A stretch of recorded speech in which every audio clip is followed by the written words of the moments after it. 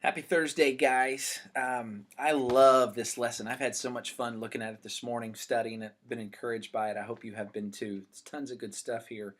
But I really like the line that it opens up with when it says that we went from being ashamed of our sin to celebrating our sin.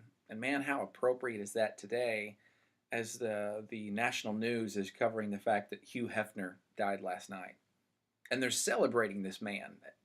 In fact, I've heard the phrase "an American icon" used several times. Hugh Hefner did not bring anything valuable to our world, and yet he's somebody that's being celebrated. He's the father of the modern day pornography movement, which is just a scourge on our planet.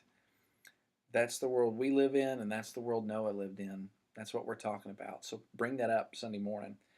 I want this story to be an encouragement to students, number one, in that um, they're not alone. Here's what I mean by that. I remember growing up in Anson, uh, I, I felt like frequently that I was the only Christian there. Well, I wasn't. There were other Christians in my school in Anson, Texas, and there were other Christians all over town, and there were Christians all over Texas, period. And then on top of that, there are 2 billion Christians worldwide. We're not even remotely alone.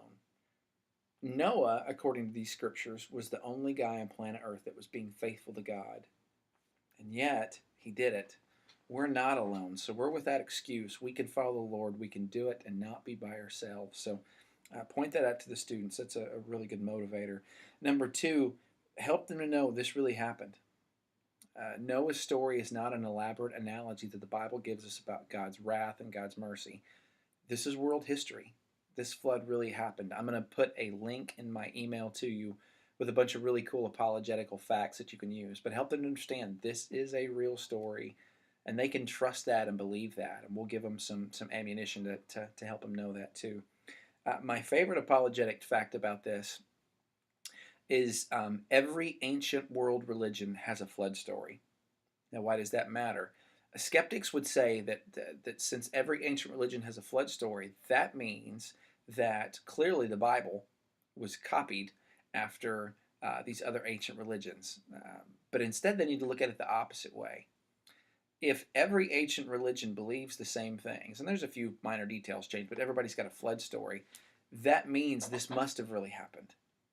And I mean that from the standpoint Noah and his sons and their wives survived. Don't you know they were telling their grandkids and their great grandkids and so on about the monumental event in human history at that time? Guys, don't ever forget, like, the whole world flooded.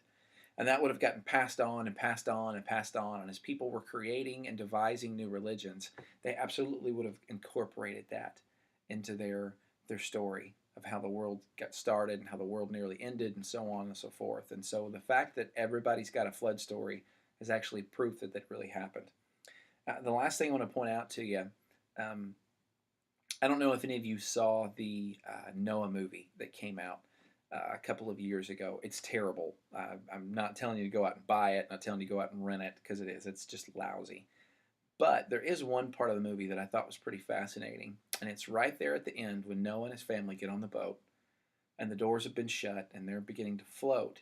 Um, you hear nothing but the rain that's coming down. Noah and his family are silent.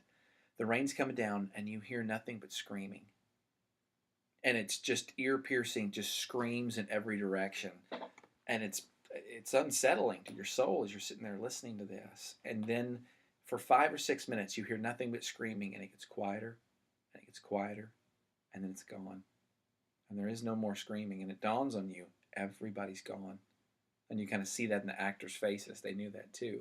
And so the point that I bring this up is Noah's story is so motivating for me, just like that movie had that motivating element to me. Um, I don't want, when God shows up, I don't want there to be screaming. I want there to be celebrating. Um, there will be a point when God does judge the world.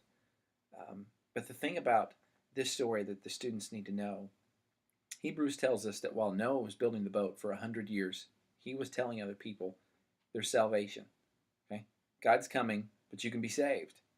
And we have the same opportunity. God is coming, but we can be saved. Our ark is not a giant boat, it's just Jesus. That's how we can be saved. And they have that same opportunity to share the gospel too. And so let this story that does depict so very well God's judgment of sin and God's grace and even God's patience. It took him a long time to get to the point where he judged the whole world like this. Um, let that be a motivator for us to, with great joy, share the story of Christ with others so that they will not have a moment in their lives when they're screaming because of God's judgment. Guys, I love y'all. We'll see you later. Bye.